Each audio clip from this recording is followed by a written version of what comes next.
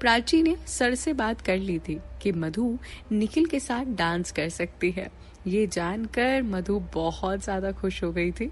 वहीं निखिल भी इस मौके का फायदा उठाकर अपना हाथ बढ़ाते हुए कहता है, कम लेट्स डांस विथ मी।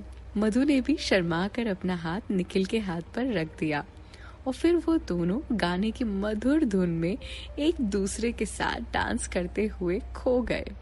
प्राची दूर से इन दोनों को देख रही थी। दोनों एक साथ कितने सुंदर लग रहे थे। वो तो हमेशा से चाहती थी कि निखिल और मधु हमेशा के लिए एक हो जाए। अगर उस टाइम निखिल मधु को छोड़ के नहीं गया होता तो आज वे शादी के पवित्र बंधन में बंध चुके होते। निखिल और मधु ने पूरा दिन डांस प्रैक्टिस में निकाल दिया।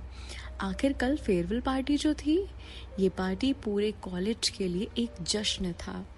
वैसे तो हर कॉलेज के लिए फेयरवेल पार्टी एक विदाई का समय होता है, लेकिन इस कॉलेज की बात ही अलग थी। इस कॉलेज में हर चीज कुछ हटकर होती थी। आज फेयरवेल पार्टी थी तो पूरा कॉलेज दुल्हन की तरह सजा हुआ था। कॉलेज देखने में आज काफी प्यारा लग रहा था। जिसकी भी नजर कॉलेज पर जाती थी वो तारीफ किए बिना रह नहीं पाता था। ये सब देखकर प्राची काफी खुश हो रही थी। आखिर कॉलेज की डेकोरेशन में उसका भी योगदान था। आज सब कॉलेज एक से एक ड्रेस में आ रहे थे। सबकी ड्रेसेस बहुत प्यारी थी। ऐसे में हमारी मधु और प्राची भी कुछ कम नहीं लग रही थी।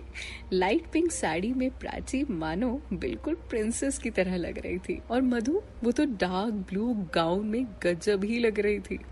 निखिल ने भी ब्राइट शर्ट और ब्लैक पैंट पहन कर रखा हुआ था जो उस पर बहुत ही खूबसूरत लग रहा था।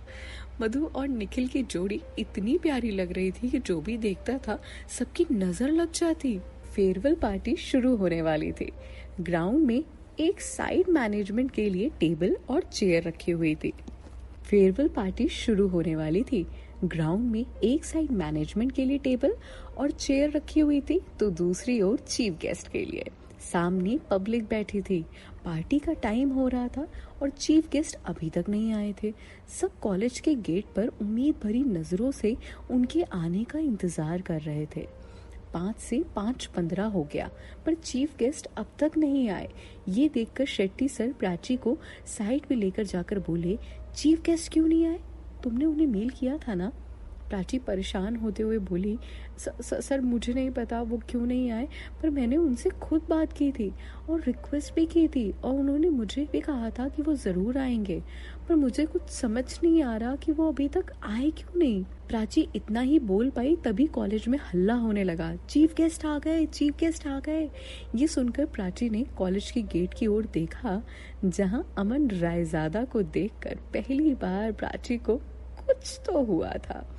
पिछले 20 साल से कोएड स्कूल और कॉलेज में पढ़ने के बावजूद भी उसके दिल में किसी के लिए ये फीलिंग्स नहीं आई थी जो आज अमन को देखकर आ रही थी।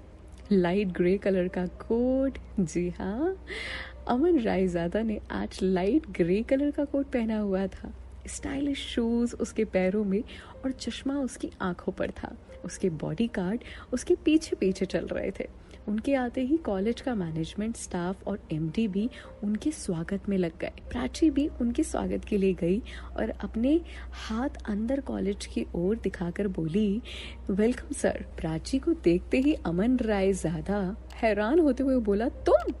ये सुनकर कॉलेज के एमडी ने हाल ही अमन रायजादा से सवाल किया कि आप इसे जानते हैं? आप इससे पहले कहीं मिल चुके हैं क्या?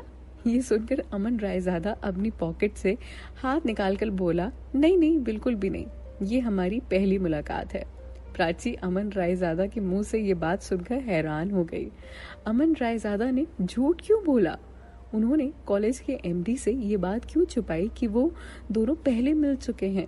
अमन रायजादा को स्वागत के साथ उनकी टेबल पर लाया गया। उनके आते ही पार्टी शुरू हो गई। पार्टी में एक से बढ़कर एक डांस परफॉर्मेंसेस थी। सबका डांस इतना प्यारा था कि इनमें से टॉप 10 सिलेक्ट करना मैनेजमेंट और स्टाफ दोनों के लिए काफी मुश्किल होता जा रहा था। मैनेजमेंट के साथ ही प्राची भी बैठी हुई थी। हेड होने के नाते उसे भी मैनेजमेंट के साथ बैठने का मौका मिला था। एक के बाद एक डांस परफॉर्मेंस हो रही थी। इसी बीच निखिल और मधु का भी नंबर आया। इन दोनों ने एक दूसरे की बाहों में खोकर सारे कॉलेज को इनके डांस पर ताली बजाने के लिए मजबूर जो कर दिया। सारी परफॉर्मेंसेस के बाद एंकर ने वो टॉप 10 कपल्स के नाम अनाउंस किए जो आगे एनुअल फंक्शन में जाने वाले थे, और इन्हीं टॉप 10 कपल्स में मधु और निखिल का नाम चौथे स्थान पर था। प्राची ये सुनकर उन दोनों को बधाई देने गई, पर अंदर जाके उसने जो देखा उसके लिए काफी शॉकिंग था। क्या हुआ अंदर, कुछ अच्छा या बुरा, ये जानने के लिए आपको सुनना पड़ेगा अगला एपिसोड।